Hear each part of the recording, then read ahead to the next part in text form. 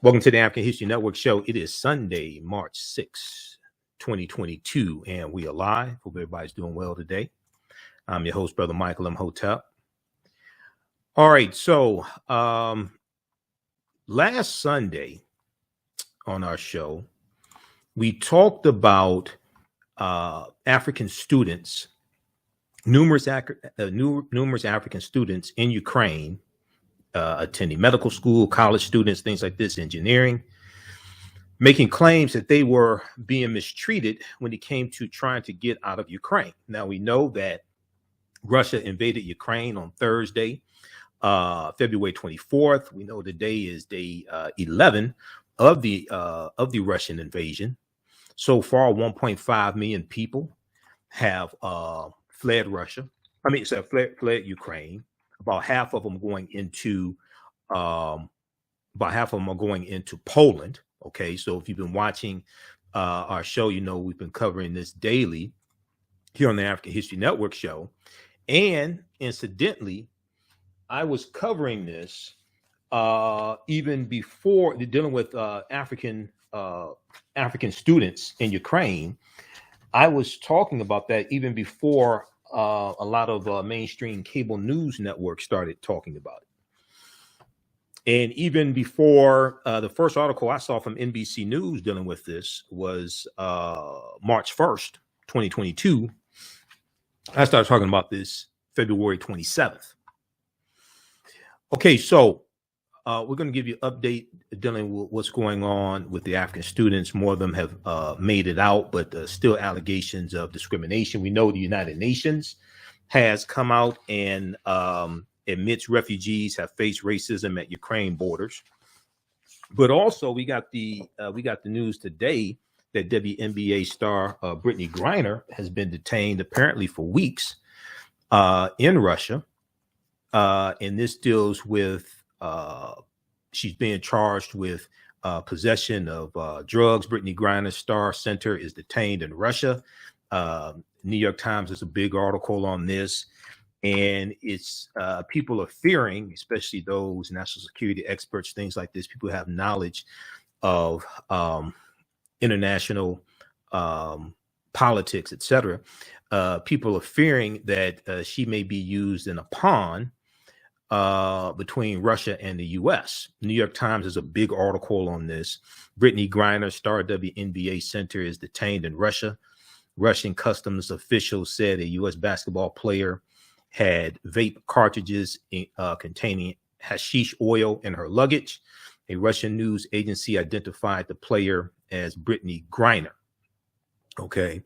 And she plays in Russia. She plays for the Phoenix Mercury. For the WNBA, but she also plays for an international team in Russia as well. So we'll talk a little bit about this, give you an update on what's going on. First story I saw about this was from I think it was the New York Post. We posted it on our Facebook fan page, The African History Network, The African History Network. We posted an article there, but New York Times has an extensive article dealing with this as well. So I was looking at this article here from New York Times, and then I saw one from businessinsider.com. And the one from, so when I first saw the story dealing with Brittney Griner, the first thing that came to mind, and I found out she was playing for a league in Russia. Okay. And the first thing that came to mind is, wait a second. Why would a two-time Olympic gold medalist and why would a WNBA superstar like Brittney Griner, why would she be playing for a team in Russia? I said it must be because she does not make nearly as much money as NBA superstars, as male superstars make. Okay. So that was the first thing that came to mind when I saw that story. So then there was a article from businessinsider.com. Okay. I saw an article from businessinsider.com that echoed what I was immediately thinking. So this piece is called "How Low WNBA Salaries Led to an American Basketball Superstar's Detainment in Russia." All right, this is an article from BusinessInsider.com. We'll talk a little bit about this as well. How low WNBA salaries led to an American basketball superstar's detainment. This is from March 5th, 2022. Okay. And one of the things it says here is American basketball star Brittney Griner has been detained in Russia and faces drug smuggling charges. The Olympic gold medalist spends her WNBA off seasons competing for Russian club UMMC Ekaterinburg. Brittney Griner and other women's basketball stars command much higher salaries overseas than in the U.S. Brittney Griner and other women's basketball stars, WNBA stars, get paid more money playing overseas than playing in the U.S. Okay, so we'll discuss that a little bit as well. But when I first heard the story, I said that's the first thing I thought, because there's been a lot of conversation and controversy over, even though we know that with the NBA, the viewership is much higher. But it's like, wait a second, why are these women making such little money playing in the WNBA? So we'll talk about that. Then there's been an outpouring of support for African students who are trying to flee Ukraine. Okay. There's a story from Atlanta, from face-to-faceafrica.com that we posted on our Facebook fan page, the African History Network. It deals with Black women raise $60,000 to help Black students flee Ukraine after report of mistreatment. Okay, so you have that story.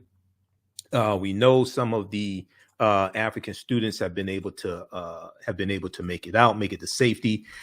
Some of them are going to Hungary and Romania. All right, some are going to Hungary and Romania. And then there was a story that I saw from March 4th, where a group of Black attorneys filed a United Nations complaint for African refugees. A group of African attorneys filed a United Nations complaint for African refugees. Okay, so, and of course, in that group is Benjamin Crump, who is all over the place doing a lot of good work. And he's doing more work than the people that criticize him, I'll tell you that. The group of lawyers so NBC News has a story on this. The group of lawyers, which includes Ben Crump, will send the complaint to two agencies with the United Nations. So we'll discuss that as well. Now, this past week, President Joe Biden gave his State of the Union address. And the first 15 minutes or so dealt with Ukraine. And then after that, he dealt with a lot of domestic issues. We'll do a brief, so we talked about this earlier in the week on our show. So we'll do a brief recap of what he discussed. But there was a portion of it where he said, we don't want to fund the police. We don't want to defund the police. We want to fund the police. We don't want to defund the police. We want to fund the police. Now, this got overwhelming support in the chamber by Democrats and Republicans, but a lot of activists are attacking what he said. But what we're going to do is deconstruct what President Joe Biden said? Because the George Floyd, we're coming up on a break just a second, I hear it. The George Floyd Justice and Policing Act does not defund the police. It actually funds the police. And very few people are talking about this. We're going to go through and deconstruct this step by step and break this down right here today on the African History Network show. All right, 9:10 a.m. Superstation Future Radio. I'm Michael Imhotep. We'll be back in a few minutes. The work that I do is larger than the fashion industry. It's larger than the art world. And I believe that I was born to bring newness into this world. I'm Kaima McIntyre. I'm 24 years old and I'm an artist. I create everything from paintings to jewelry design, metaphysical jewelry to be specific, and fashion design. The only reason why my prom dress went viral is because people needed it. Within a few days of going viral, Notori Naughton reached out to me and she's like, I saw your dress, can you make me a dress? I was equally as shocked to be asked by a celebrity to design their dress at the age of 17. That's just one person, and the list just continues to go on to Janet Jackson, to Tyra Banks. It really hits home. That means that the discussion is happening on the grounds in real time. iRedify is a Black-owned digital platform that showcases Black and Brown cultures and people. The books on the platform are written by African-American authors, Afro-Caribbean authors, African authors, and so much more. Kids 14 and under can read ebooks, listen to audiobooks, and complete learning activities. Kids can even write in the books digitally. Get unlimited access to everything on the platform for only $8.99 a month at iRedify.com. Sign up for your membership today. Back to the African History Network show right here on 9:10 a.m. the Superstation, the Future Radio. I'm your host, Brother Michael Imhotep. It is Sunday, March 6th, 2022, and we are live. Calling numbers 313-778-7600. 313-778-7600 is the call-in number if you have a question or comment. All right, look, we had two great classes that I taught this weekend, Ancient Kemet, the Moors, and the Ma'afa, Understanding the Transatlantic Slave Trade, what they didn't teach you in school, and from the Civil War to the Civil Rights Movement and Black Power, 1865 to 1968. Visit our website, AfricanHistoryNetwork.com, AfricanHistoryNetwork.com. You can still register for those online classes there. So 10-week online classes that I teach. We deal with thousands of years of history and what leads up to the transatlantic slave trade taking place. So I'll give you more information on that. Okay. Also on today's show, the Tucker Carlson, we talked about this on Thursday's show. Tucker Carlson stuck his foot in his mouth again. Fox News, Tucker Carlson, a little white nationalist, Tucker Carlson. Okay. He's demanding to see the Judge Ketanji Brown Jackson's LSAT scores to determine her qualifications to be on the U.S. Supreme Court. Okay, Joe Biden's nominee for the U.S. Supreme Court, Ketanji Brown Jackson. We're going to talk a little bit about this as well. Joanne Reed dealt with this also. We talked about it on our Thursday show. So we're going to squeeze that in as well on today's show. Now, on the African History Network show, we focus on educating, empowering, and inspiring people of African descent throughout the diaspora and around the world, because right now it's corrects your own behavior. What you do for yourself, what you do to yourself, and what you allow other people to do to you and get away with is based upon what you think about yourself. What you think about yourself is based upon what you have been taught about yourself. What you've been taught about yourself is based upon everything you read, heard, and seen about yourself. Because when you control the radius of a man or woman's thoughts, you control the compass of his or her actions, because the mind can't do or teach what it doesn't know. Now, we deal with a number of different topics here on the African History Network show. We deal with current events and history and politics, education, economic empowerment, entrepreneurship, relationships, love, sex, health issues, and much, much more. Sign up for our email newsletter. Text the word Kemet, Kemet, to 22828. To sign up for our email newsletter. Text the word Kemet, Kemet, to 22828 to sign up for our email newsletter. Also visit our website, AfricanHistoryNetwork.com, AfricanHistoryNetwork.com. All right, we're going to go to clip number one here, Jalen, from NBC Nightly News on Brittney Griner here in just a second. So if we look at this story here, and then we'll go to the phone lines. We look at this story here from New York Times. Brittney Griner, star WNBA Center, is detained in Russia. Russian customs officials said a U.S. basketball player had vape cartridges containing hashish oil in her luggage. A Russian news agency identified the player as Brittney Griner. So the story is from March 5th, Saturday, March 5th, updated March 6th. Russia said on Saturday, March 5th, that it had detained an American basketball player.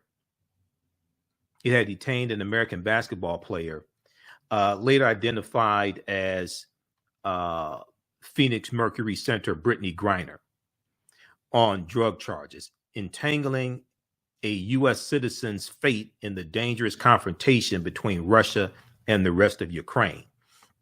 Now, the Russian Federal Customs Service said its officials had detained Brittney Griner after finding vape cartridges that contained hashish oil in her luggage at the Sheremetyevo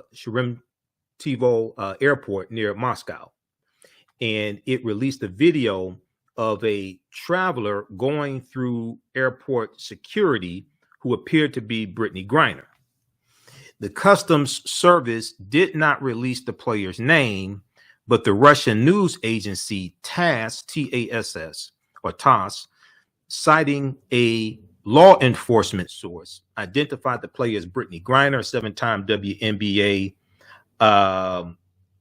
seven-time WNBA All-Star Center for the Phoenix Mercury.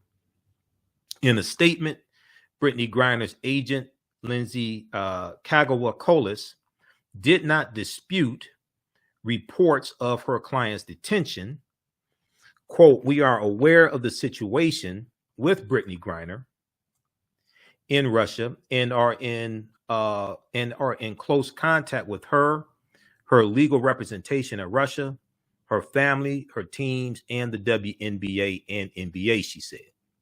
Now, in hearing this story on Saturday and reading about it from the New York Post, because that was the first story I saw about this, they said that her last post on Instagram was on February 5th. Her last post on Instagram was on February 5th. So it's suspected that she's been in custody for a few weeks.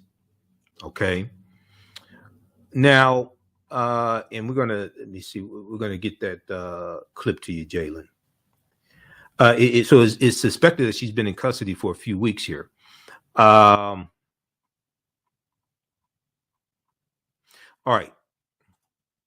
Let's go back to this. I want to go back to the article from the New York Times. Now, Brittney Griner's detention comes at the most dangerous moment in U.S.-Russia relations since the Cuban Missile Crisis, as the Biden administration leads dozens of nations in imposing crushing sanctions on Russia's economy and its political elites. So the sanctions are tightening up day by day on Russia and the Russian oligarchs. We see Visa and MasterCard are going to stop doing transactions in Russia. We see American Express is going to do the same thing. We see Netflix is going to stop streaming in Russia. We see day after day after day more and more crushing sanctions put on Russia. President Vladimir Putin of Russia said on Saturday that the sanctions were, quote, akin to declaration of war, end quote, against his country. Well, you're the one that went into Ukraine. You should have kept your thug behind in Russia. You're the one that went to Ukraine. You're the one that sent troops into Ukraine. Now, also on Saturday, the State Department, which for weeks had warned Americans against traveling to Russia, released an updated advisory urging U.S. citizens to leave Russia immediately. Okay, so this is escalating. This is escalated since our show last Thursday. Last Sunday. This is escalated since our February 27th show, Sunday, February 27th. On Saturday, March 5th, the U.S. State Department, which for weeks had warned Americans against traveling to Russia, released an updated advisory urging U.S. citizens to leave the country immediately, citing the invasion in Ukraine, the quote, potential for harassment against U.S. citizens by Russian government security officials, and the limited ability of the U.S. Embassy in Moscow to assist American citizens in the country. Now, Michael McFaul, a former U.S. ambassador to Moscow, who you'll see is an analyst on MSNBC, and he's pretty much on MSNBC every day now with this invasion taking place. Michael McFaul said, I obviously don't know the circumstances of her detention, but Griner's arrest should serve as a wake-up call to all Americans in Russia. Griner's arrest should serve as a wake-up call to all Americans in Russia. Get out, shut down your businesses now. And he's been in Russia many times. Now, the video released by Russia's customs service showed a traveler passing through security screening, followed by footage of someone examining a package that appeared to be from the traveler's bag. It was like a screener examining a package that appeared to be from her bag. The screening at the airport occurred in February, according to the Customs Service, raising the possibility that Brittney Griner, who's 31 years old, has been in custody for at least several days. Now, the Customs Service, it could be a few weeks, because the last post on our Instagram page is February 5th. The Customs Service said that a criminal case had been opened into the large-scale transportation of drugs, which can carry a sentence of up to 10 years in prison in Russia. Hashish oil or hash oil is a marijuana concentrate that has a high concentration of the plant's main psychoactive ingredient, THC. It can be consumed in many ways, but it is commonly sold in cartridges that are used in vape pens. Okay. Now, if this is hers, she may vape. A lot of people vape. I don't smoke cigarettes, don't smoke marijuana, don't drink alcohol, don't do any of that. But I don't think she was drug trafficking. I don't think she's like Frank Lucas, like smuggling drugs into the U.S. We'll continue this on the other side of the break. We'll also go to the phone lines, and then I'm going to deconstruct Joe Biden's State of the Union address and his statement where he said, we don't want to defund the police. We want to fund the police. And a lot of the woke activists are going crazy, but you do realize the George Floyd Justice and Policing Act doesn't defund the police. It actually funds the police. You do realize that. That's not me saying that. Senator Cory Booker, who helped write the bill, said that. Listen to the African History Network show. I'm Michael Imhotep. We'll be back in a few minutes. The Business Scaling Challenge is a 7-day online event that is taking place the week of March 13th through March 19th, 2022. This challenge will guide a group of business owners through scaling their businesses. Business owner Ronnie Sumler is hosting the Business Scaling Challenge in remembrance and honor of her father, the late civil rights activist Rodney Sumler. He helped a lot of African-American owned businesses and local community leaders participate in politics. However, when he passed away, all of his ventures died with him. This inspired his daughter, Ronnie Sumler, to help community business owners preserve their businesses. Her business, Digital Dandelions, offers business Bibles to record business processes and procedures. Their business Bibles are their branded run-of-show business manuals that have everything you need to run your business in one place. Their business scaling kit is the first step in creating a business Bible. It includes everything needed to grow your business in one place. Join the Business Scaling Challenge Facebook group for more information, and good luck in scaling your business. STEM Forward, helping our community find their place in the emerging fields of science, technology, engineering, and mathematics. Join us for our monthly live stream on our website, stemforwardedu.org. Watch, subscribe, share. Also join our mailing list to stay up to date with STEM resources and opportunities. STEM Forward, the future is now. Watch, subscribe, share. Network show right here on 910 AM Superstation The Future Radio. I'm your host, Brother Michael Imhotep. It is Sunday, March 6, 2022, and we are live. Calling numbers 313-778-7600. 313-778-7600 is the call-in number if you have a question or comment. Okay, Jalen, I'm sending this clip to you now of Brittney Griner. Cue that up. We're going to that next. Okay, calling number is 313-778-7600. Okay, so right before the break, we're giving an update on what's going on with Brittney Griner. We're also talking about Ukraine. We'll talk. So, last Sunday, our February 27th show, we talked about the mistreatment of African immigrants trying to get out of Ukraine, especially those who were headed into Poland, And we know Poland borders Ukraine, Poland, Hungary, Romania. Those all border Ukraine. There's a global group of Black attorneys who will file a UN complaint for African refugees. Okay, and the group of attorneys include Benjamin Crump. We'll discuss this as well. An alliance of prominent civil rights lawyers from around the world on Wednesday, this past Wednesday, which was March 3rd, I think that was, a prominent group of that was March 2nd. An alliance of prominent civil rights lawyers from around the world on Wednesday announced it will file an appeal to the United Nations on behalf of Black refugees facing discrimination while trying to flee Ukraine.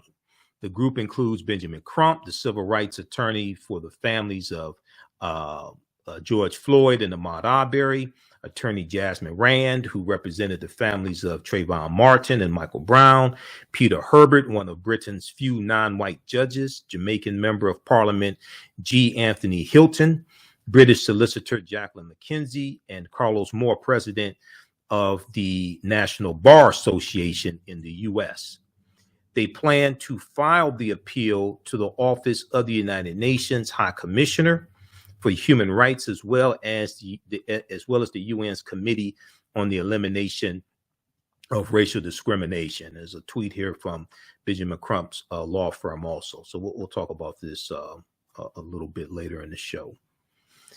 Okay, so I want to go back to the story here dealing with Brittney Griner. We'll go to the phone lines in just a minute. Everybody stand by.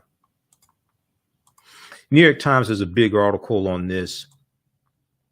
Brittney Griner, star WNBA Center, is detailed in Russia.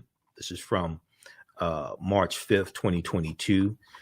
So the article goes on to say the incident comes amid intense repression within Russia as Vladimir Putin cracks down on internal dissent to a degree analysts say they have not seen since the days of the Soviet Communist Party.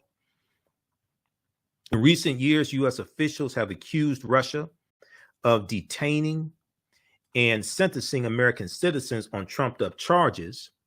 The detaining of a high-profile American could even be an effort by Russia to gain leverage in the political and economic standoff with Washington over the Ukraine invasion. Okay, Jaylen, let's go to this clip. Let's go to clip one from. Let's go to this clip from NBC Nightly News about Brittney Griner. Tonight, growing concerns over WNBA star and two-time Olympic gold medalist Brittney Griner, arrested by Russian federal customs officials on drug charges.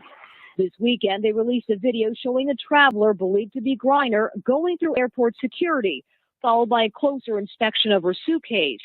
The Customs Service saying they found vape cartridges containing hash oil, an offense which could carry a 10-year prison sentence. So how worried should we be about Brittney's well-being right now? Unfortunately, Kathy, I think we should be really worried. Once they figured out who she was, given the timing and everything that's happening right now, it's undeniable that she's now being held as part of a pawn in this geopolitical standoff and in the war in Ukraine. Her arrest comes amid heightened tensions between the U.S. and Russia as the war in Ukraine enters another week. Secretary of State Antony Blinken, when asked about Griner, said, "Whenever an American is detained anywhere in the world, we, of course, stand ready to provide every possible assistance, and that includes in Russia." The 31-year-old center with the Phoenix Mercury has played in Russia during the last 7 years during the NBA offseason. Her team tweeting, "Our main concern is her safety, physical and mental health." With reports Griner has been detained for weeks, Griner's wife posted, "This message comes during one of the weakest moments of my life. We continue to work on getting my wife home safely." A spokesperson for the WNBA says that other than Griner, all players with the league are now out of Russia and Ukraine. All right. Thanks, Jaylen. Okay, so that's from NBC Nightly News. That's from March 6, 2022. And then NBC News has this story as well. For more information, you can check this out. Brittney Griner's wife posts on Instagram about WNBA stars detainment in Russia. Okay, that is from March 6, 2022 also. You can check that out as well. All right, let's go to the phone lines. Let's go to line one. Who we have on line one? Is this Michael on line one? Who we have on line one, Jaylen? We have Sylvia. Sylvia, line one. Hey, Sylvia, welcome to the African History Network show. Thanks for calling and thanks for holding. Tell us where you're calling from. Yeah, this is Sylvia in Detroit.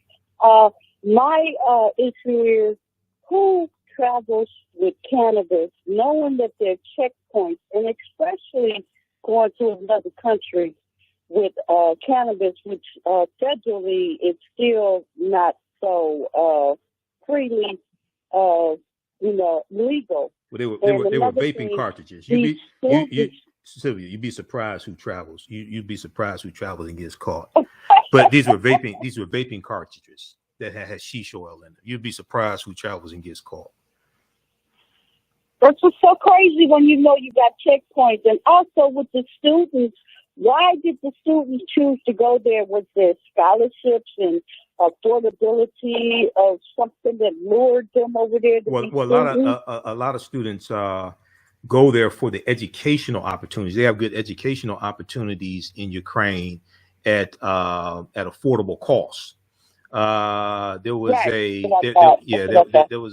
a story that we dealt with earlier in the week that talked about that as well. We'll go to that shortly. I'll pull that story back up. But it talked about the educational opportunities there. Okay. All right. That is all I had to ask you because I thought it was so crazy, and I was just wondering how they were luring the rest of the people over there. But you said, there was there's students from there's students from India, there's students from Morocco, they're Middle Eastern students who go to Ukraine for education. There was a story from the BBC that dealt with why they go to Ukraine. Okay. All right. Okay. All right. I'll keep listening. Thank you for taking my call. Okay. Thanks for calling. All right. Let's go to line two, Jaylen. We have who we have on line two? Is that Larry? Well, we lost Larry. Okay, Larry, call back. Sometimes it's a little wait to get in. Call back, Larry. Anybody else on the line, Jalen? No callers. Okay, call-in number is 313-778-7600. 313-778-7600 is the call-in number if you have a question or comment. All right. So there was a story from businessinsider.com, because the first thing that I thought about was when I heard about Brittney Griner, I said, well, why would she's a top WNBA star. I said, she must be playing in Russia. She must be playing for a Russian league in the offseason. Keep in mind, she's doing this in the offseason, the WNBA offseason. She's playing in a foreign league. I mean, the offseason, you should take off, let your body rest. I said, she must be doing this to make money. And then I saw this article from businessinsider.com, how low WNBA salaries led to an American basketball superstar's detainment in Russia. This is by Meredith Cash, March 5th, 2022. How low WNBA salaries led to an American basketball superstar's detainment in Russia. So it talks about American basketball star Brittney Griner has been detained in Russia and faces drug smuggling charges.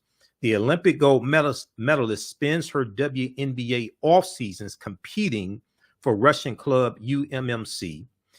Griner and other women's basketball stars command much higher salaries overseas than in the U.S.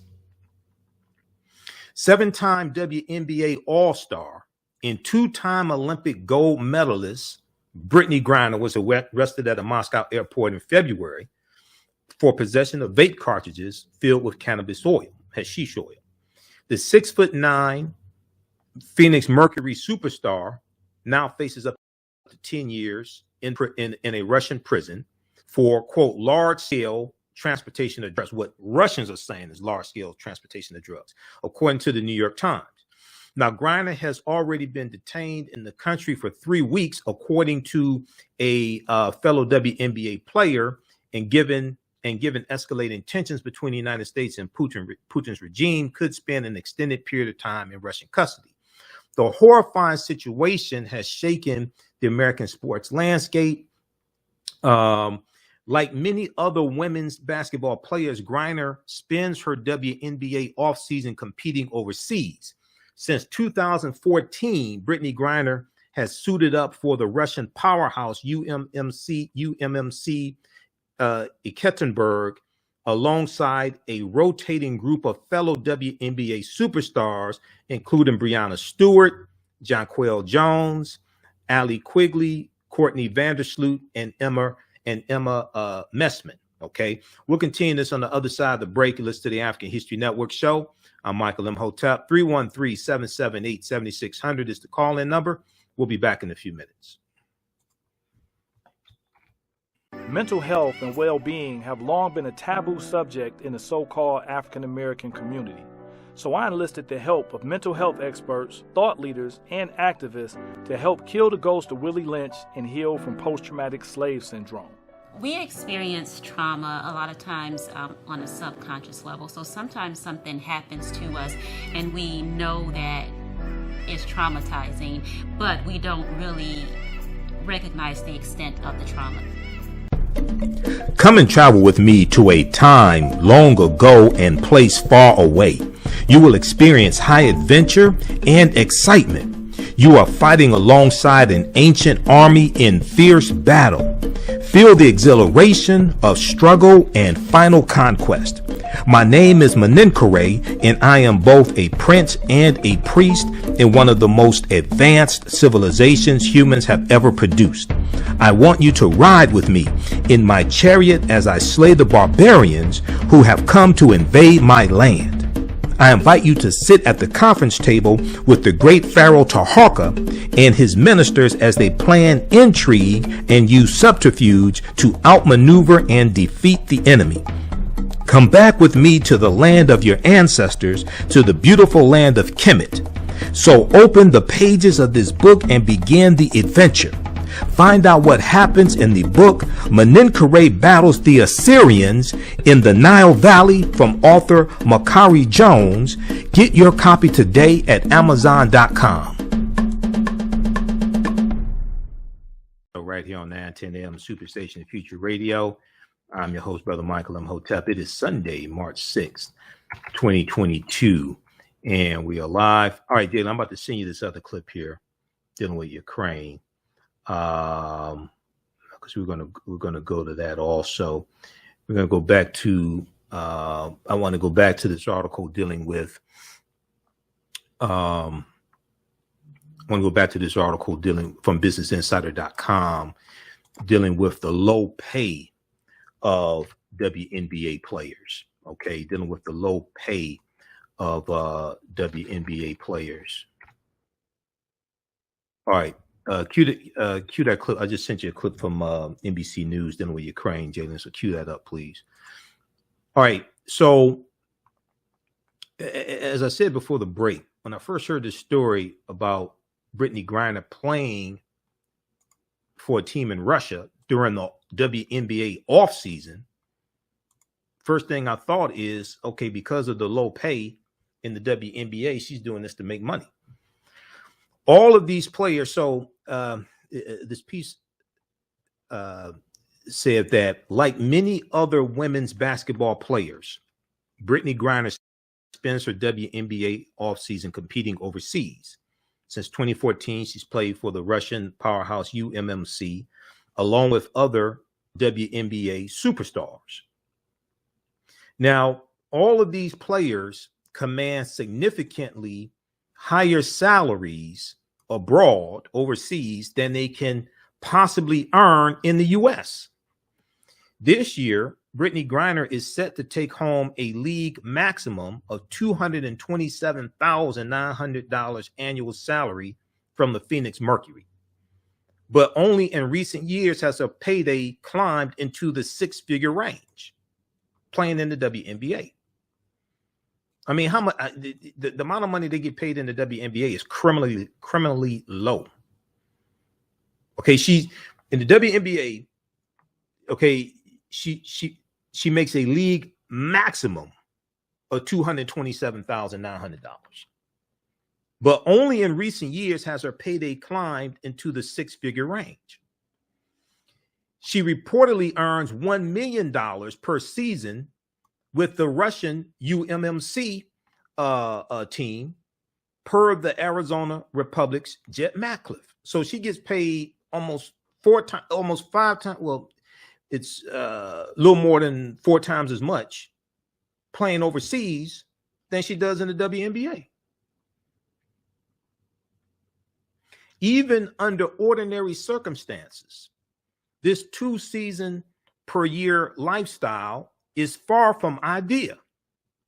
Without proper time to rest and rehabilitate, pay attention to this, without proper time to rest and rehabilitate their bodies, athletes like Brittney Griner often find themselves dealing with nagging injuries in addition to accelerated wear and tear that can cut their professional careers short. But not only that, they end up not only that, many of them have lifelong injuries, which require surgeries throughout the duration of their life. But during moments of international crisis, like the early days of the pandemic or right now, as Russia wages war in Ukraine, WNBA players take on second jobs overseas because it becomes all the more perilous. WNBA players taking on second jobs overseas becomes all the more perilous. Thanks to the rapidly deteriorating relationships between her home country, the U.S., and her off-season abode, Russia, Brittney Griner may be a pawn in a fiery feud between two global superpowers. According to the New York Times, Brittney Griner's arrest could be linked to a Russian effort to create leverage for a potential prisoner exchange with the American government or a reduction in sanctions related to the Ukraine invasion. In the past, the New York Times' Jonathan Abrams continues in that same article, quote, Russia has been detaining and sentencing American citizens on what United States officials often say are trumped up charges, end quote. They may release a video of her admitting to doing something. She may be coerced to do a video admitting to do something, and they'll use that. Russia will use that as leverage as well. Whether her detainment is connected to the larger geopolitical feud or not, Brittney Griner almost certainly would not be in this situation if not for this pay disparity. Had she made even a fraction of what her NBA counterparts do playing domestically, Brittney Griner could have stayed in the United States for the offseason without fear that she would not have enough money for retirement. She could have rested her 6'9" frame ahead of this summer's WNBA season as her reloaded Phoenix Mercury squad sets its sights on a second straight WNBA finals appearance, and she could have spent time back home with friends and loved ones. Most importantly, had she been offered an opportunity to make $1 million in America instead of Russia, Brittney Griner could have avoided jail time under a hostile foreign power. Read this article here from businessinsider.com. Because I've seen, number one, I remember when the WNBA started, okay? And over the years, I've seen numerous stories that have talked about the extremely low pay that these professional stars make, even after they go to the Olympics and represent their country in the Olympics and win gold, go for the gold, win gold, all this stuff. And they get extremely low pay in the WNBA. Okay, read this from businessinsider.com. All right, now, when Sylvia called in, Sylvia asked a question about why do they go to the Ukraine or go to Ukraine for education. So we talked about this early in the week. BBC had a good article on this. Why so many African and Indian students were in the country, in Ukraine? Why so many African and Indian students were in Ukraine? We'll deal with this on the other side of the break. I'll let you hear what happened when I was on Roland Martin Unfiltered Friday. Dan Abrams of News Nation had Roland on and misrepresented a tweet from Roland dealing with firing police officers. I brought up Joe Biden's State of the Union address when he said we don't want to defund the police, we want to fund the police. And I referenced this back to Joe Biden's June 2020 op-ed article for USA Today, where he said the same thing when he was running on the presidential campaign trail. But also the George Floyd Justice and Policing Act does not defund the police. It actually funds the police if you know what it does, but it does it in a good way. I'm going to deconstruct this on the other side of the break. Listen to the African History Network show. I'm Michael Imhotep. We'll be back in a few minutes. Follow the story Skeeter Hawk as attorney Ben Brooks rediscovers his Gullah Geechee heritage and finds romance along the Gullah Trail and the Sea Islands. Jilted by his fiancée who refused to marry him, Ben Brooks goes back home to Gullah country. There, the Gullah people come to call him Skeeter Hawk. While rediscovering his heritage, Skeeter Hawk unravels dark family secrets. A beautiful childhood friend, Fulla, becomes his guide as they travel the Gullah Trail from North Carolina to the Sea Islands in South Carolina in search of more answers. Ben Brooks falls in love with her and becomes torn between her and his former fiancée who wants to rekindle their romance. He also deals with a premonition that one of his enemies is pursuing him, providing a backdrop for mystery, romance, intrigue, and suspense in this page-turning novel called Skeeter Hawk from author Sabby Stone. Order your copy today at sabbystone.com. That's S-A-B-Y, sabbystone.com. Mental health and well-being have long been a taboo subject in the so-called African American community. So I enlisted the help of mental health experts, thought leaders, and activists to help kill the ghost of Willie Lynch and heal from post-traumatic slave syndrome. We experience trauma a lot of times on a subconscious level. So sometimes something happens to us and we know that it's traumatizing, but we don't really recognize the extent of the trauma. Okay, next class is Saturday, March 12th. Visit our website, AfricanHistoryNetwork.com, AfricanHistoryNetwork.com. Classes on sale, $60, regularly $130. And even after the course is over, if you have full access, you can watch the class as much as you want to. Even a year from now, you can watch the class. We have a bundle pack where you get both classes that I teach, both courses, on sale for $100, regularly $130. I'm sorry, regularly $260.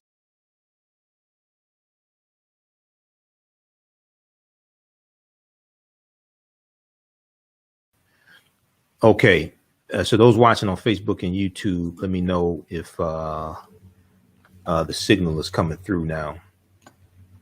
All right, so you can still register for the online class I teach on Saturdays and Sundays. Ancient Kemet, the Moors, and the Ma'afa, understanding the transatlantic slave trade, what they didn't teach you in school. Visit our website, AfricanHistoryNetwork.com, AfricanHistoryNetwork.com. I deal with thousands of years of history and what leads up to the transatlantic slave trade taking place. I do a PowerPoint presentation. We have book references, articles, video clips, all that and more. This is a 10-week online class, and the class is regularly $130. It's on sale, $60. Okay. If you've taken any of my online classes in the past, email me at AHNshow@AfricanHistoryNetwork.com. AHNshow@AfricanHistoryNetwork.com. You get a 50% discount on the classes. And we have a bundle pack where you can register for both classes that I teach for $100. That's a $260 value. The second class that I teach is on Sundays, 2 p.m. to 4 p.m. Eastern Standard Time, from the Civil War to the Civil Rights Movement and Black Power, 1865 to 1968. So we deal with the history from that period of time, from the beginning of the Civil War and even what leads up to the Civil War taking place. So we start with the Louisiana Purchase of 1803. We start with the Louisiana Purchase of 1803 and go through our history through 1968. And that one's on sale, $60 also, regularly $130. Okay, so visit our website, AfricanHistoryNetwork.com, and also email me at AHNshow@AfricanHistoryNetwork.com. All right, we'll see you in class. We'll see you. And also, as soon as you register, you can watch the classes we just did this weekend. You can watch last week's class also. All right. Okay, I want to go back to the story here. So the question was asked, why were so many African students in Ukraine for educational purposes? So if we look at this story here from the BBC, we talked about this earlier in the week. If we look at the story from the BBC, Ukraine, why so many African and Indian students were in the country. It talks about the Russian invasion of Ukraine has caused a mass exodus of civilians, including thousands of international students from Africa, Asia, and the Middle East. Ukraine was home to over 76,000 foreign students, according to government data from 2020. Ukraine was home to over 76,000 foreign students, according to government data from 2020. Nearly a quarter of the students were from Africa, with the largest numbers coming from Nigeria, Morocco, and Egypt. India easily accounts for the highest portion, with over 20,000 students, okay, in Ukraine. Now, the students are studying medicine, engineering, and business, and are important. And these are an important part of the country's economy. But as Russia launches the biggest European invasion since the Second World War, thousands of them have fled, hundreds are still trapped, and many remain uncertain about the fate of their education. Okay. So read the rest of this article here. Now, I want to go to this clip here. We're going to go to this clip that I just sent you, Jalen. And this is from NBC News. This is, as long as you are Black, no one likes you. Students allege racism during escape from Ukraine. This is from March 2nd, 2022. Let's go to this clip, Jalen. Tonight in Ukraine, peace never had a chance. Overnight, Russians and Ukrainians agreeing to a partial ceasefire, allowing civilians in the devastated city of Mariupol to flee. But just hours later, while we were preparing to leave, the Russians started shelling the evacuation corridor, said the mayor. There was no ceasefire. Russia said it was the Ukrainians who broke the deal. Ukrainian President Zelensky calling his citizens to go on the offensive. This woman's 18-month-old son was killed yesterday. The doctors couldn't save him, she wailed, asking over and over again, why? People in this town have suffered days without heat, water, and electricity, and face devastating Russian bombardment on civilian targets, according to Ukraine, a charge Russia denies. Outgunned and outmanned, the Ukrainians are still fighting 10 days into Russia's invasion, taking down a Russian helicopter and shooting down a Russian jet north of Kyiv, killing one of its pilots. Russia's sprawling 40-mile convoy of armored vehicles failing to advance, still stalled outside Kyiv for nearly a week, as civilians in the capital overcome obstacles like this destroyed bridge to get to safety. Zelensky admonishing NATO for not implementing a flight ban. Starting from today, everyone who dies will die because of you as well, he said, because of your weakness, because of your disunity. U.S. Secretary of State Antony Blinken warning a no-fly zone could put NATO forces in direct conflict with Russia. But Russia's president is doubling down, telling flight attendants of the state airline that a no-fly zone and Western sanctions are a declaration of war. Any move in that direction will be considered by us as participation of that country in the military action, he said. Ukraine must be demilitarized and denazified, he said. That's the only message most Russians will hear about Putin's war. The harsh new media law comes into effect today, imposing a 15-year punishment on whoever spreads so-called fake news about the invasion. Independent media outlets are closing and being shut down. Staff at the Russian network TV Rain walked off set in unison during their last broadcast, leaving viewers old footage of Swan Lake, what the Soviet Union used to broadcast during times of strife. A chilling reminder of how Putin's new Russia is looking more like the old. And Matt Bradley joins us tonight from Rivne. There is concern, Matt, about another nuclear plant tonight. That's right, Jose. After that close call with a nuclear power plant on Thursday night, President Zelensky warned U.S. lawmakers the Russians are now closing in on yet another nuclear power plant, this one a little further to the west.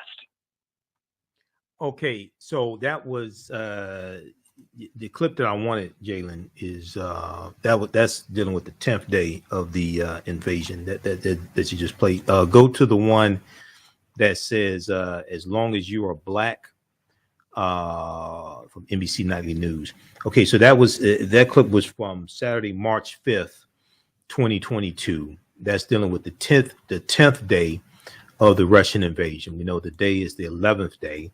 The invasion started Thursday, February 24th. Quick update from the Washington Post. Live updates from the Washington Post. Civilian toll mounts in Ukraine as world leaders raise question of war crimes. U.S. discusses oil exports with Venezuela amid a proposal to ban Russian fuel. 2 Ukrainian children killed in front of my own eyes while trying to evacuate, officials say.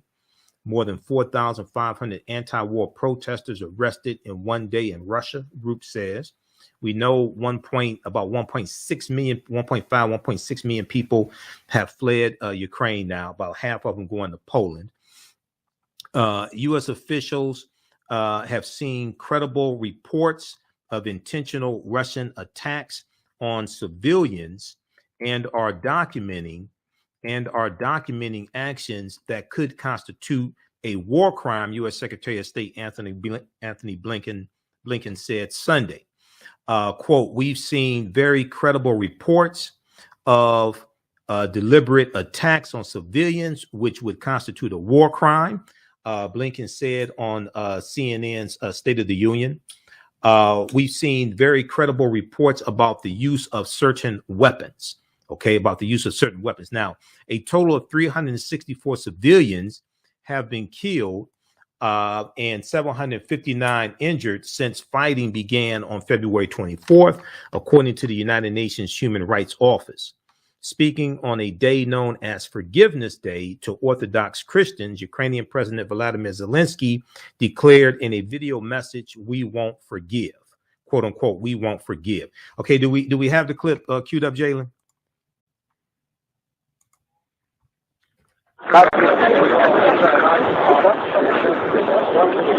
Mostly they would consider white people first, Indian people, Arabic people, before black people.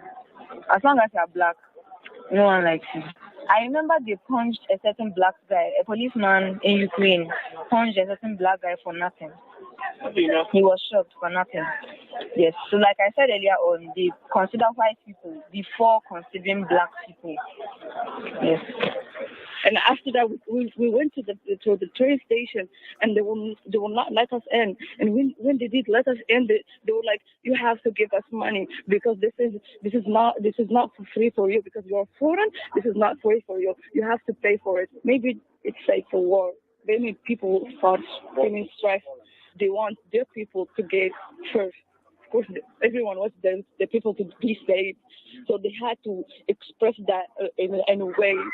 So I understand that, but at the same time, you should at least, say it in a nice way. In Ukraine, there is some kind of this battles. There are so many people there, and the police don't let. They do like kind of racism against foreigners. They let Ukrainian people cross first, and then they let us cross. But I don't speak in general. There is some few cases that do that.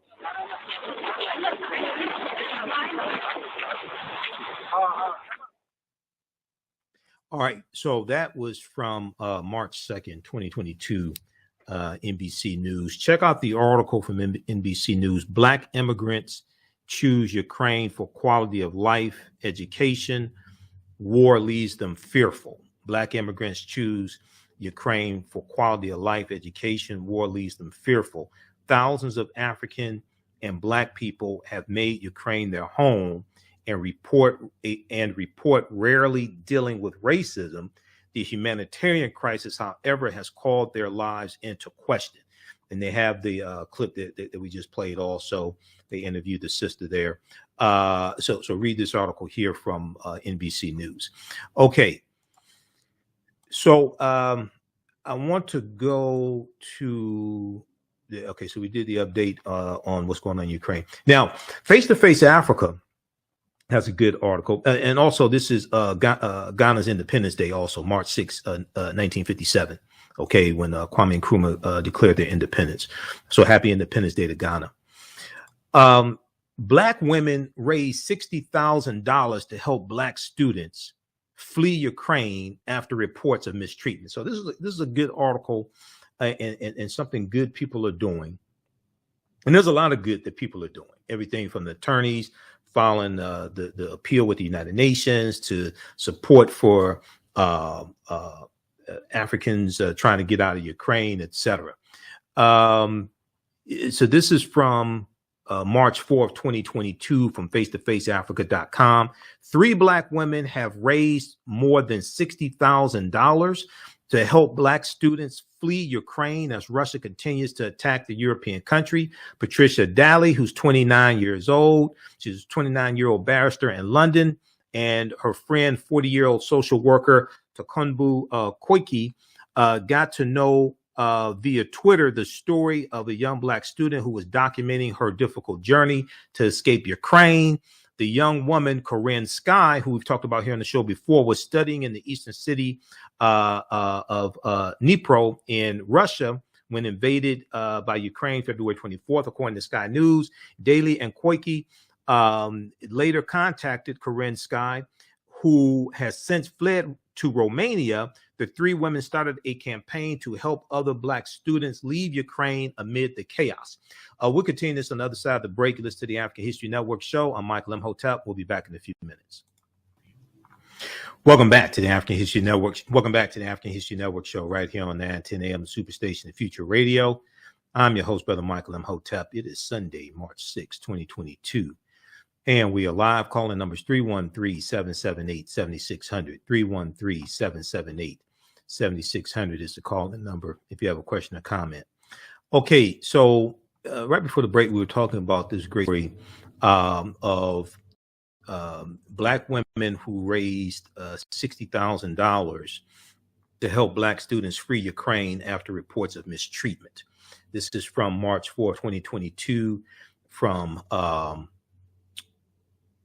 this is from face-to-faceafrica.com, face-to-faceafrica.com. Okay, we're going to go to Joe Biden's State of the Union address, Jalen, in just a minute. So cue that clip up. Okay, we're going to that next. So you have Patricia Daly and Takunbo Koiki, who found out about what's going on with the plight of African students. They found out on Twitter.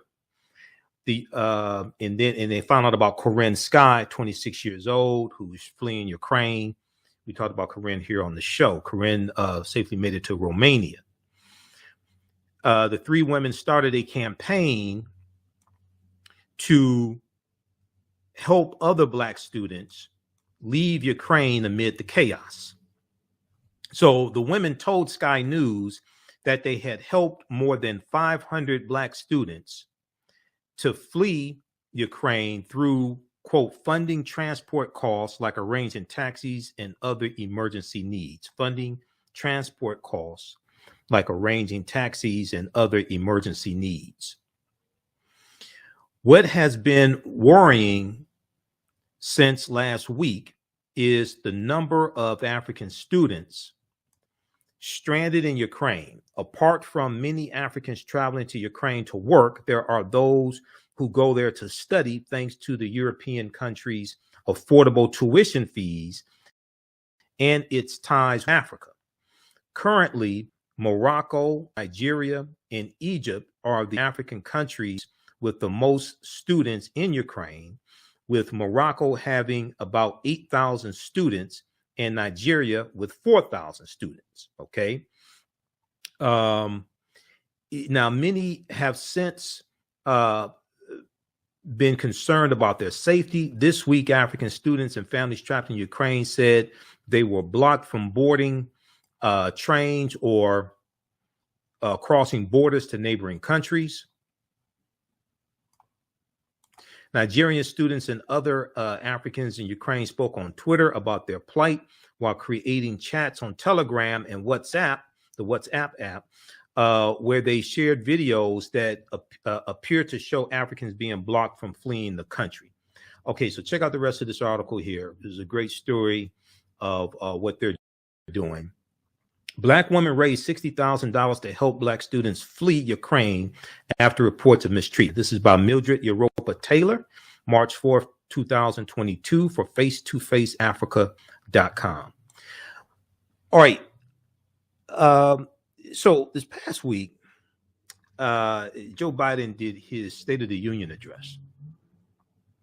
And a good portion of it in the beginning was dealing with Ukraine, okay? And then he dealt with domestic issues, okay? And this was on Tuesday. Okay, I think that was Tuesday, March 1st. So, and also NBC News has a good article to read. 5 takeaways from Biden's State of the Union speech. Washington Post has a story as well dealing with this as well. Takeaways from Biden's State of the Union address also. You can check that out as well. I want to go to this recap of what Biden talked about. And there's a piece here. So a lot of people are talking about Biden saying, we don't want to defund the police. We want to fund the police. And there's controversy behind that. And a lot of activists are complaining, Black Lives Matter activists, things like that. But that's what Biden was saying on the campaign trail.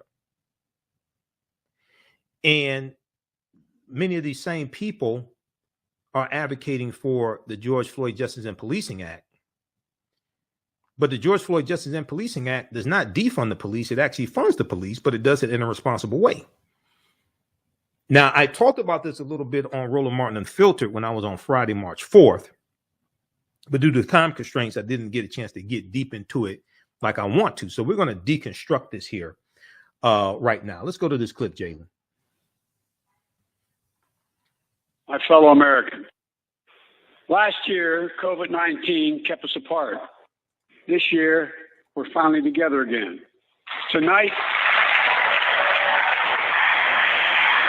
6 days ago, Russia's Vladimir Putin sought to shake the very foundations of the free world, thinking he could make it bend to his menacing ways. But he badly miscalculated. He thought he could roll into Ukraine and the world would roll over. Instead, he met with a wall of strength he never anticipated or imagined. He met the Ukrainian people.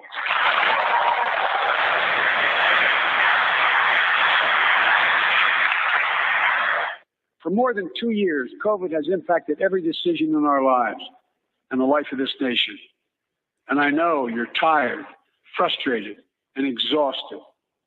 That doesn't even count close to 1 million people who sit at a dining room table or a kitchen table and look at an empty chair. Let's use this moment to reset. So stop looking at COVID as a partisan dividing line. See it for what it is. One way to fight inflation is to drive down wages and make Americans poor. I think I have a better idea to fight inflation. Lower your costs, not your wages. Folks, let's come together and protect our communities, restore trust, and hold law enforcement accountable. We should all agree the answer is not to defund the police, it's to fund the police. Fund it. In state after state, new laws have been passed. Not only to suppress the vote, we've been there before, but to subvert the entire election. We can't let this happen. Tonight I call on the Senate to pass the Freedom to Vote Act, pass the John Lewis Act, Voting Rights Act. So on this night, on our 245th year as a nation, I've come to report on the state of the nation, the State of the Union. And my report is this: the State of the Union is strong because you, the American people, are strong. We are stronger today than we were a year ago. And we'll be stronger a year from now than we are today. This is our moment to meet and overcome the challenges of our time. And we will, as one people, one America, the United States of America. God bless you all, and may God protect our troops. Thank you. Go get him. All right, so I watched the speech live. I watched it again because I recorded it. And I mean, he has made some good points in there. Check out the 5 takeaways from Biden's State of the Union address from NBC News. They talk about Ukraine, Biden aimed for unity and got it with few exceptions. Yeah, two dumbasses, Lauren Boebert and Marjorie Taylor Greene, who were heckling Joe Biden. Two idiots from the Republican Party. A COVID victory lap before a mostly maskless crowd, blaming inflation on corporate greed. Biden pushes anew for Build Back Better priorities without using the name. Just get the bill passed. Just get the bills passed. So it don't really matter what you call it. Just get the bills passed. Democracy versus autocracy, things like this. Ukraine took up a good portion, about first 15, 20 minutes or so was on Ukraine. All right. So a lot of people were complaining about him saying, we don't want to defund the police. We want to fund the police. I guess they forgot what Biden said on the campaign trail in June of 2020, the op-ed article that he wrote for USA Today. Now, we talked about this here on this show when it came out, because we actually did with like real substance on this show. So if you've been watching me for any time during the campaign, you know we talked about this. Biden, we must urgently root out systemic racism from policing to, let me pull this up here. We must urgently root out systemic racism from policing to housing opportunity. Federal dollars did not go to departments that violate people's rights or turn to violence as a resort, but I don't support defunding the police. Now, this came out June 10th, 2020, during the presidential campaign. Joe Biden wrote this. We talked about it here on this show. He's not for defunding the police. He then goes through in this piece here. He then goes through and breaks down. He goes through and breaks this down, and he talks about. There's a piece here. There's a section where he talks about don't defund the police, support reforms. And he goes through, explains these. What he said in the State of the Union address is a boiled down version of this, but also the George Floyd Justice and Policing Act does not defund the police. It actually funds the police, but it does it in a good way, which falls in line with what Joe Biden said here. We're going to break all this down on the other side of the break. I talked about this a little bit on Roland Martin Unfiltered on Friday. You listen to the African History Network show. I'm Michael Imhotep. We'll be back in a few minutes. The Business Scaling Challenge is a 7-day online event that is taking place the week of March 13th through March 19th, 2022. This challenge will guide a group of business owners through scaling their businesses. Business owner Ronnie Sumler is hosting the Business Scaling Challenge in remembrance and honor of her father, the late civil rights activist Rodney Sumler. He helped a lot of African-American owned businesses and local community leaders participate in politics. However, when he passed away, all of his ventures died with him. This inspired his daughter, Ronnie Sumler, to help community business owners preserve their businesses. Her business, Digital Dandelions, offers business Bibles to record business processes and procedures. Their business Bibles are their branded run-of-show business manuals that have everything you need to run your business in one place. Their business scaling kit is the first step in creating a business Bible. It includes everything needed to grow your business in one place. Join the Business Scaling Challenge Facebook group for more information, and good luck in scaling your business. Come and travel with me to a time long ago and place far away. You will experience high adventure and excitement. You are fighting alongside an ancient army in fierce battle. Feel the exhilaration of struggle and final conquest. My name is Menenkere, and I am both a prince and a priest in one of the most advanced civilizations humans have ever produced. I want you to ride with me in my chariot as I slay the barbarians who have come to invade my land. I invite you to sit at the conference table with the great Pharaoh Taharka and his ministers as they plan intrigue and use subterfuge to outmaneuver and defeat the enemy. Come back with me to the land of your ancestors, to the beautiful land of Kemet. So open the pages of this book and begin the adventure. Find out what happens in the book Menenkhare Battles the Assyrians in the Nile Valley from author Makari Jones. Get your copy today at Amazon.com. Welcome back to the African History Network show right here on 910 AM, the Superstation, the Future Radio. I'm your host, Brother Michael Imhotep. It is Sunday, March 6, 2022, and we are live. Okay, so right before the break, we're laying this out, dealing with Joe Biden's comments, and a bunch of woke people don't know what they're talking about. I'm going to go through and break this down step by step. This is what happens when people come here and make comments and don't read. Okay, I can tell what you didn't read by what you say. So I was dealing with what I talked about back in June of 2020 on this show, because we actually deal with substance on this show. And Joe Biden's op-ed article, opinion contributors op-ed article he wrote for USA Today during the 2020 presidential campaign, where he laid all this out. Biden, we must urgently root out systemic racism from policing to housing opportunity.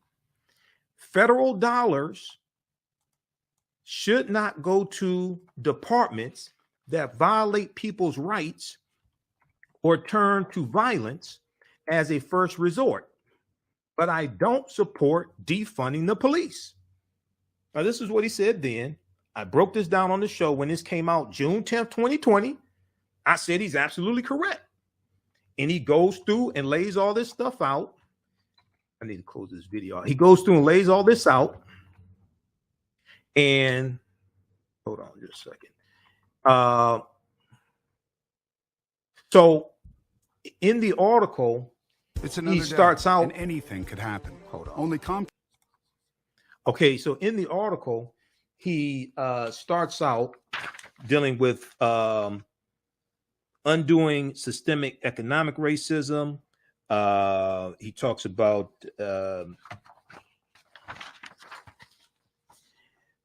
we should also be directing our resources to actively undo the negative effect of systemic racism has on opportunities for Black Americans. He talks about entrepreneurs being rejected for loans, all this stuff. He lays this out here with systemic racism. He then goes in and then starts laying out, don't defund police, support reforms. Okay.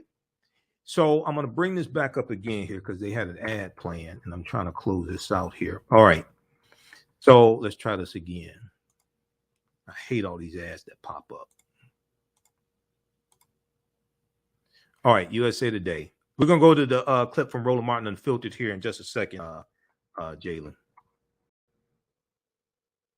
Okay, so if you scroll down in this ad, so undo systemic economic racism, okay, all for that. And they have executive orders that address this. There's going to be more legislation as well. Okay, so they talk about this. You scroll down. Don't defund police, support reforms. If state and local governments fail to make necessary changes, the Department of Justice must have subpoena power for pattern or practice investigations into systemic misconduct by police departments and force these departments to reform. Okay. And they do that through federal oversight. They do that. It's monitored by a federal judge. Okay. These patterns and practices into police departments. While I do not believe federal dollars should go to police departments violating people's rights or turning to violence as the first resort, I do not support defunding the police. The better answer is to give police departments the resources they need to implement meaningful reforms and to condition other federal dollars on completing those reforms. Okay, condition other federal dollars on completing those reforms. I've long been a firm believer in the power of community policing, getting cops out of their cruisers and building relationships with the people and the communities that are there to serve and protect. That's why I'm proposing an additional $300 million to reinvigorate community policing in our community. Every single police department should have the money it needs to institute real reforms, like adopting a national use of force standard, buying body cameras, and recruiting more diverse police officers. Okay, and we need to prevent 911 calls in scenarios where police should not be our first responders. We need to prevent 911 calls in scenarios where police should not be our first responders. That means making serious investments in mental health services, like he mentioned in the State of the Union address. That means making serious investments in mental health services, drug treatment and prevention programs, and services for people experiencing homelessness. That may also mean having social service providers respond to calls with police officers. Now, he laid this out June 10th, 2020, during the presidential campaign. All right. Read the rest of this here. Now, some people don't read. Biden, we must urgently root out systemic racism from policing to housing to opportunity. Okay, so we're going to the first clip from Roland Martin Unfiltered, Jalen. So Friday, I was on Roland Martin Unfiltered, Friday, March 4th. And we talked about Roland was on Dan Abrams' show on News Nation. I didn't even know Dan Abrams had a show on News Nation. Dan Abrams was he's the chief legal analyst for on ABC News, chief legal analyst on ABC News. And Dan Abrams misrepresented some tweets that Roland did about prosecuting police officers. And then we started talking about it. And I connected this to the statement Joe Biden made about we don't want to defund the police, we want to fund the police. Let's go to this clip, Jalen. Let's go to the first clip from Roland Martin Unfiltered. Start Network. So yesterday, my publicist hit me up saying, folks at News Nation, at a cable network started by Nexstar, used to be WGN America, they wanted me on the show to talk about President Joe Biden's comments. They say the union call dealing with fund the police. Sure, no problem. So we had a pre-show interview. It's called a pre-interview around 2 p.m. Eastern. The show, they said, hey, your hit time is going to be 9:25 a.m. Eastern. Okay, it's no problem. So again, I was told that the segment was supposed to be about this whole issue, the issue of defund the police and Biden's comments about fund the police. That's what I was told. So they sent a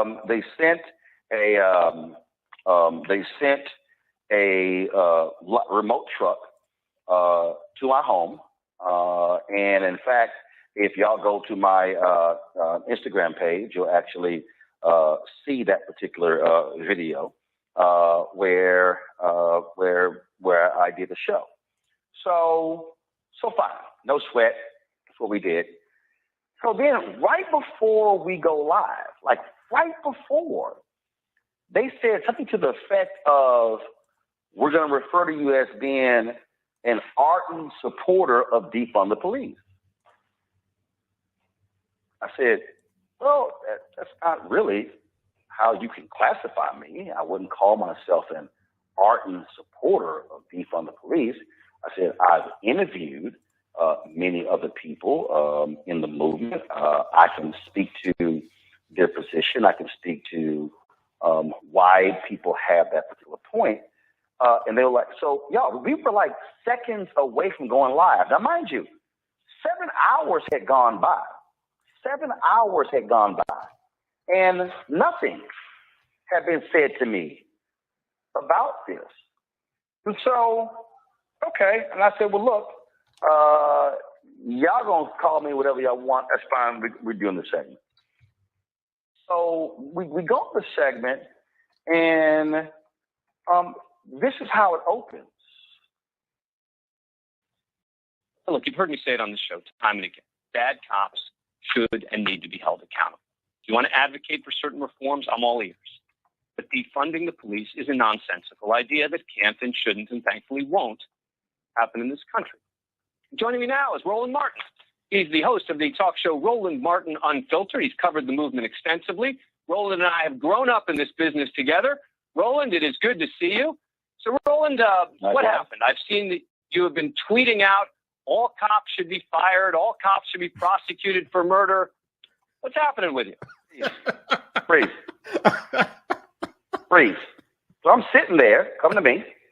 So I'm sitting there, and I'm going, oh, why are we starting with my tweets?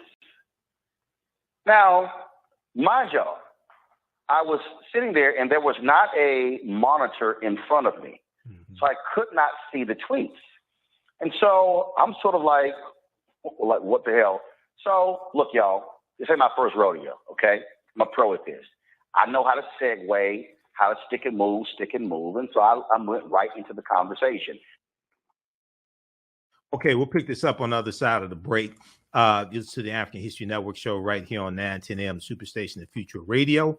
I'm your host, Brother Michael Imhotep. We'll be back in a few minutes. Soul in Motion, celebrating 38 years in the arts. This energetic ensemble of dancers and drummers was started by percussionist Michael Friend and is led by choreographer Associate Director Pam Lassiter. Based in the Washington, D.C. area, Soul in Motion is now accepting bookings for Black History Month, Juneteenth, and summer festivals in 2022. Soul in Motion is also available for more intimate events like naming ceremonies and weddings. To find out more or to book your date, call 240-452-1349 or send an email to info@soulinmotion.org. Be sure to check us out on Facebook, Instagram, and YouTube. Soul in Motion, celebrating our history, our culture, our future. Soul in Motion. Theater, African dance, and drumming since 1984.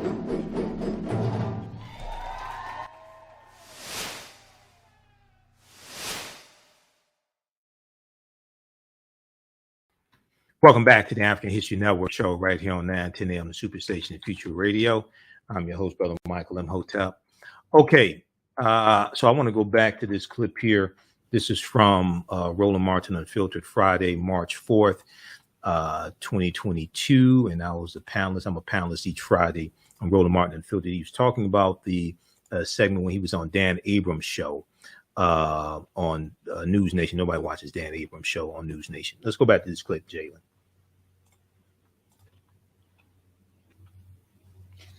Now, first of all, the segment was almost 10 minutes. I'm not playing the whole damn segment, not giving them that much time.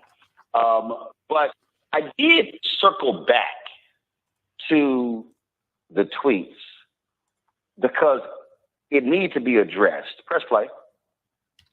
What's happening with me was happening with the folks who are out there committing heinous acts. And again, without getting anecdotal about case by case, because I agree, if cops engage in misconduct, they should be held accountable. What I'm concerned about is a guy with a reputation like yourself, longtime journalist. You've been in this business a long time. You've got a big name. You've got a big following. And you're out there saying all cops should be prosecuted. And I think that's dangerous. No. Hold up. You forgot something. All cops doing what should be prosecuted? Praise. So y'all saw what happened there. Okay? He comes back and he's saying, oh, I'm saying all of these wild, crazy things. Buttering me up. Oh, you're a journalist, well-respected, loud voice, whatever. So I'm sitting here going, really? Hey, y'all got to understand.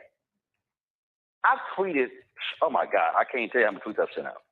But I don't say just crazy stuff, just anything, just without context. Watch what happens next. Let's read. Should we pull the quote from your Twitter again? All right. Can we put up Roland's tweets again, please? The two that we had in the introduction. I have no monitor here. Every cop should be fired. Freeze. Every cop should. Now, leave it up. So y'all see right there, this was a tweet that was sent on February 22nd, 2022 from my iPhone at 5:05 p.m. You see it right there, okay? You see nothing below that. That's kind of important. Press play. Be fired was the first one. And then the second one, every cop should be prosecuted for murder. Response to what? Freeze. Boom. I'm not crazy. I know I'm responding to something. So you hear me say, in response to what? Which means I know there is context to what I was talking about. Press play. It's not a response. It's your tweet. It was an original tweet. It wasn't a response to somebody else. Please. All right. It wasn't a response to someone else. Right then, I knew he was lying. You can look at my face and watch what I say. Press play. No. What I'm saying is, it's not just like, oh, every cop should be prosecuted. If they are a police officer, I've been very clear with this. When you have cops who purposely turn off body cameras, who turn off dash cams, gotta go.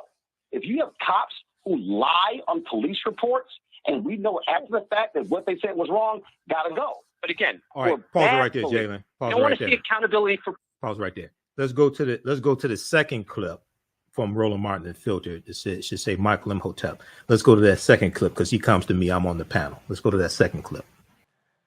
So you want me to come back on your show?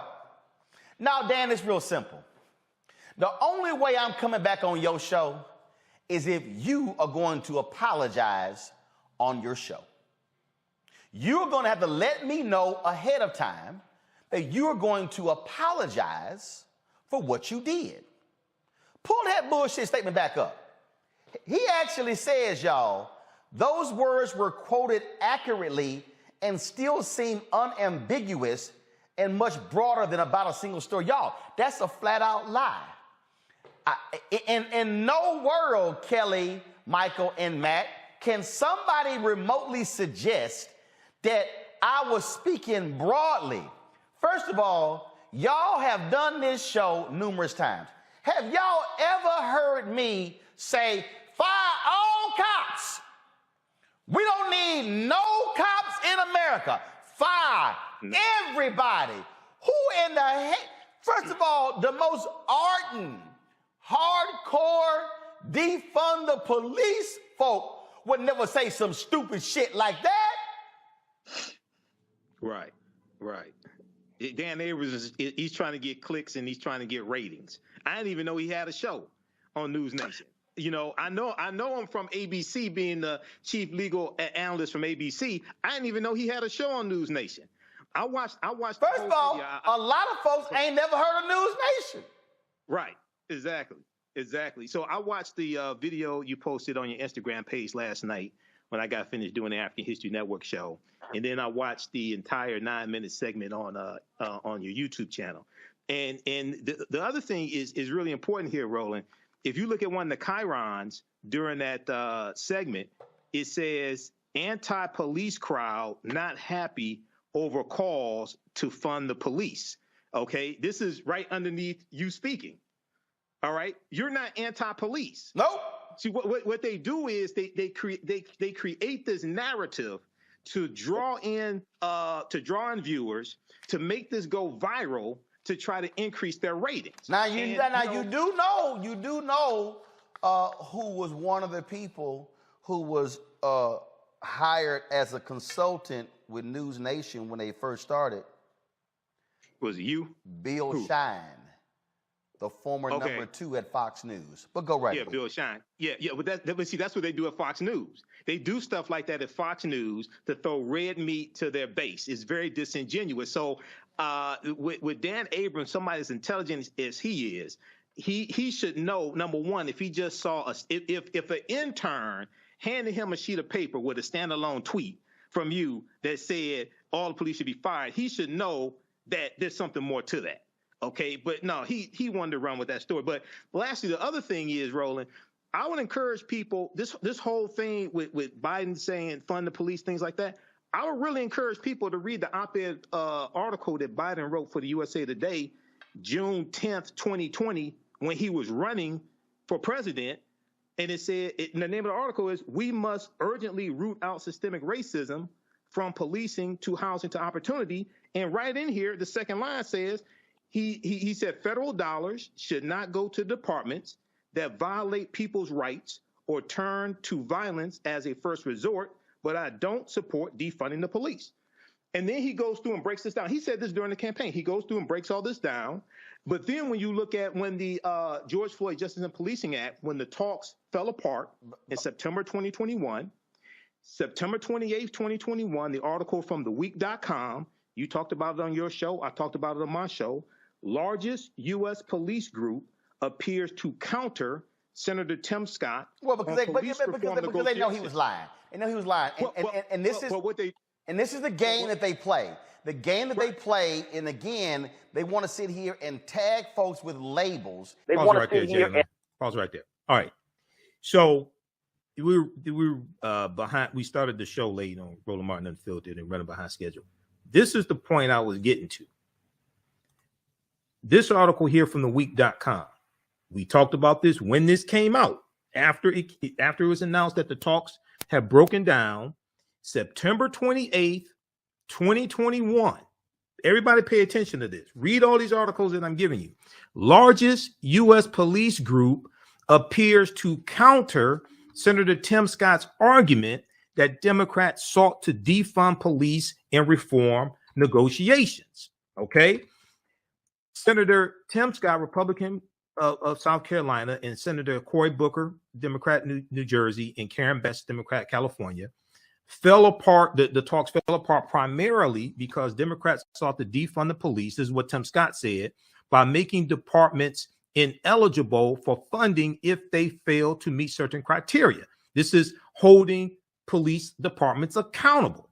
But a pair of prominent police organizations, the International Association of Chiefs of Police and the Fraternal Order of Police, the FOP, appeared to push back against Senator Tim Scott's arguments because Tim Scott lied, appeared to push back against Senator Tim Scott's arguments.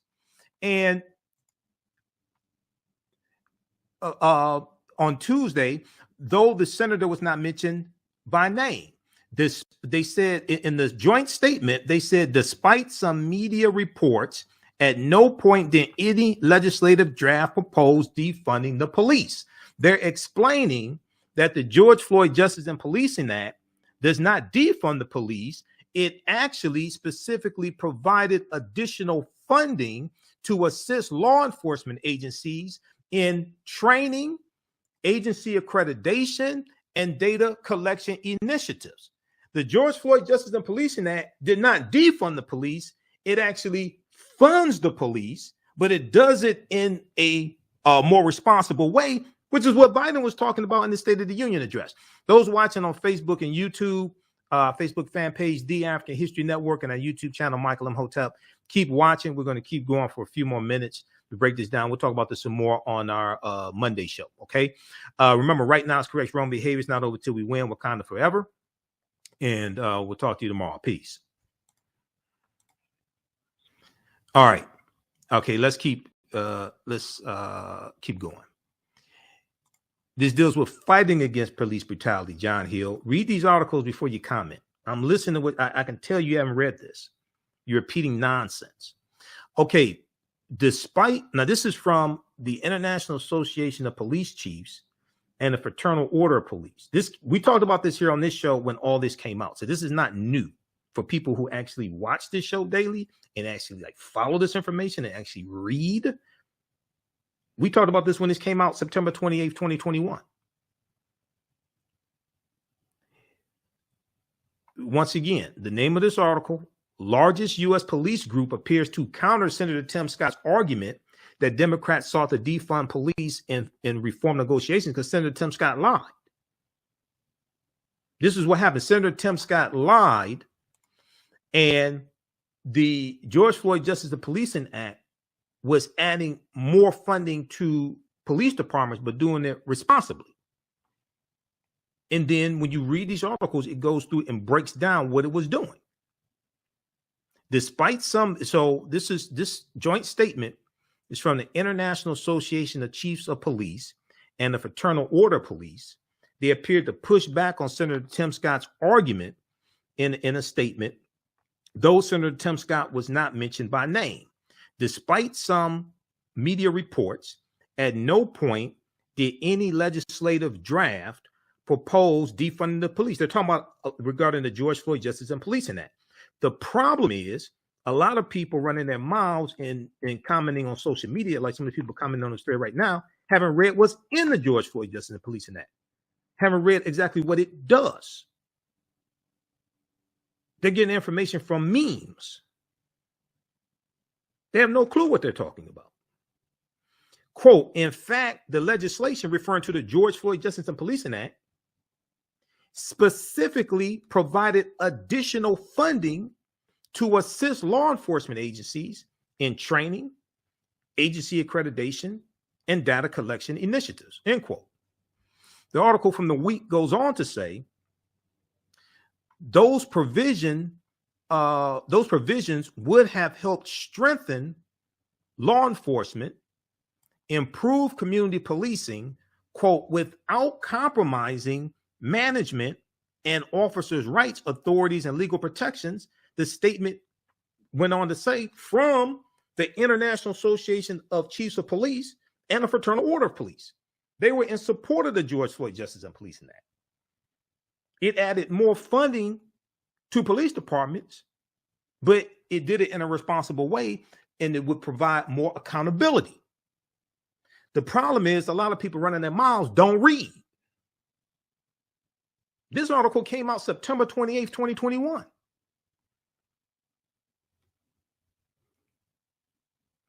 Okay, so, and they have the full statement here from the International Association of Police Chiefs and the Fraternal Order of Police, the FOP.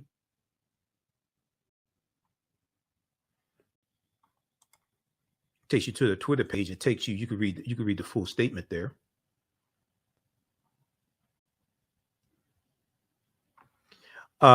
If you go back, okay, so it goes on to say the statement goes on to say our organizations remain steadfast in working with all interested parties who are willing to take a fact-based approach to enact effective and lasting change to avoid a patchwork of state laws that do not provide uniform standards and guidance to the policing profession. Because the George Floyd Justice and Policing Act was going to be federal law that provides standards all across the U.S.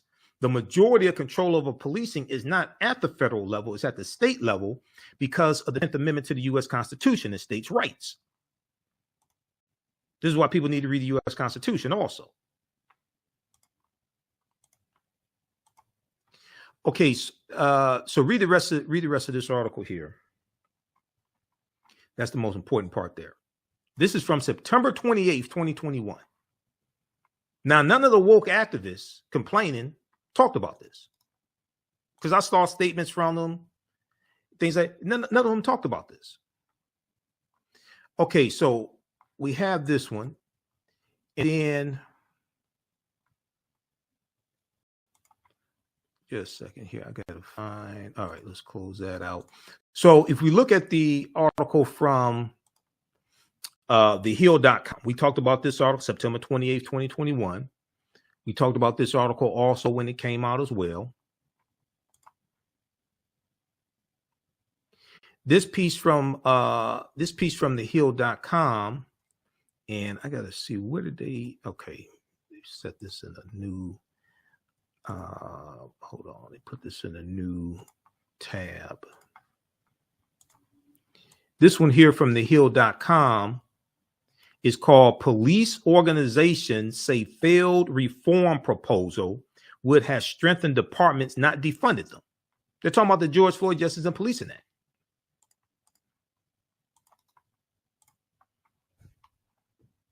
Let's look at this one here. I've got a bunch of information. I have polls.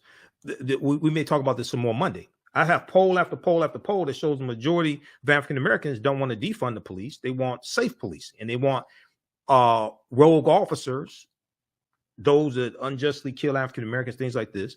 They want them prosecuted, but they don't want to defund the police. This is from thehill.com, September 28th, 2021. Police organizations say failed reform proposal, referring to the George Floyd Justice and Policing Act, would have strengthened departments, not defunded them, because Tim Scott lied. 2 police associations released a statement expressing disappointment over police reform negotiations ending on Capitol Hill last week after a bipartisan group of lawmakers said it had reached an impasse.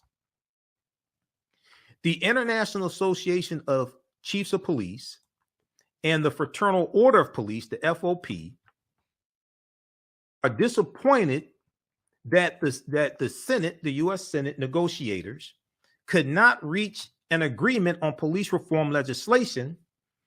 And we thank all those members of Congress who participated, who partnered with us in the effort. The joint statement from the International Association of Police Chiefs and the Fraternal Order of Police said, quote, despite media reports, at no point did any legislative draft propose defunding the police. It is our joint belief that the provisions under discussion would have strengthened the law enforcement profession and helped improve the state of community police engagement without compromising management and officers' rights, authorities, and legal protections. They're still talking about the George Floyd Justice and Policing Act. Problem is people haven't read what's in it. On Sunday, Senator Tim Scott, who is probably related to Isaiah T. Montgomery, who was the only African American in the Mississippi State Legislature in 1890 during the Mississippi State Convention, where they voted to impose poll taxes and literacy tests and write that into the state constitution to suppress the African American vote. And Isaiah T. Montgomery, being a former slave, voted to suppress the African American vote.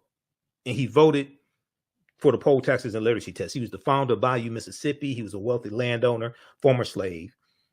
He was brain damaged, but at least his excuse for being brain damaged is that he's a former slave. Now, what's Senator Tim Scott's excuse for being brain damaged? Senator Tim Scott claimed that the bill advocated, quote unquote, defunding the police. That's not what the Fraternal Order of Police and the International Association of Police Chiefs said. That's not what Senator Cory Booker said.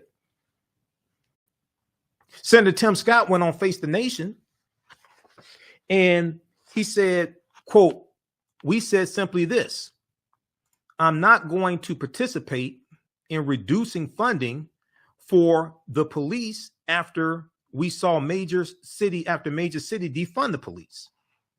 Tim Scott said on CBS's Face the Nation. Meanwhile, Senator Cory Booker said the reform, referring to the George Floyd Justice and Policing Act, would have allocated, quote, millions of dollars more, end quote, to police. Senator Cory Booker helped write the bill. Meanwhile, Senator Cory Booker, Democrat of New Jersey, said the reform, referring to the George Floyd Justice and Policing Act, would have allocated, quote, millions of dollars more, end quote, to police. Now, does that sound like the George Floyd Justice and Policing Act is defunding the police? Or does that sound like it's funding the police?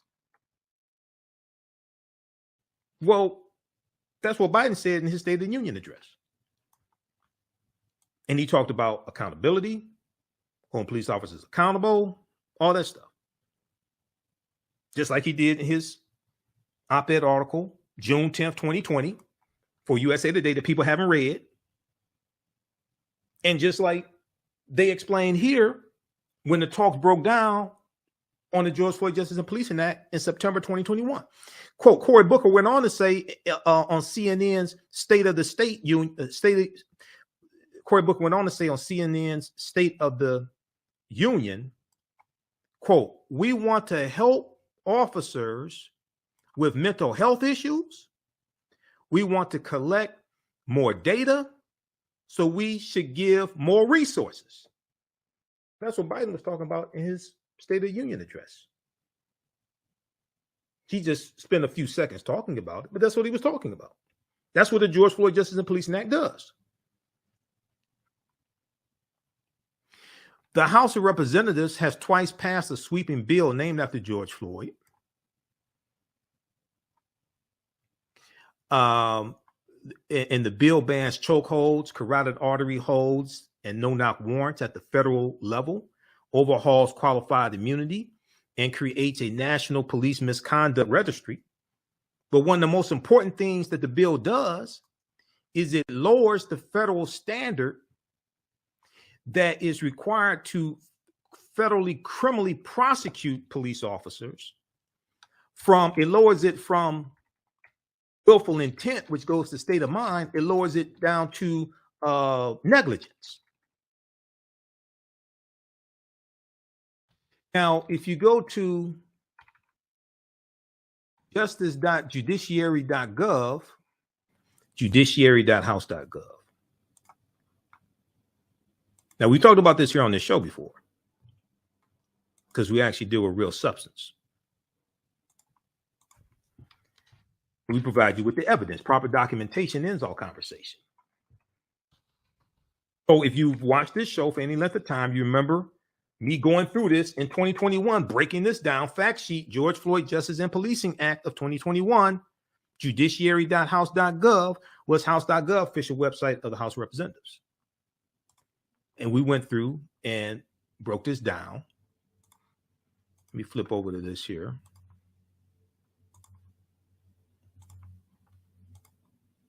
This fact sheet on what's in the George Floyd Justice and Policing Act and what it does.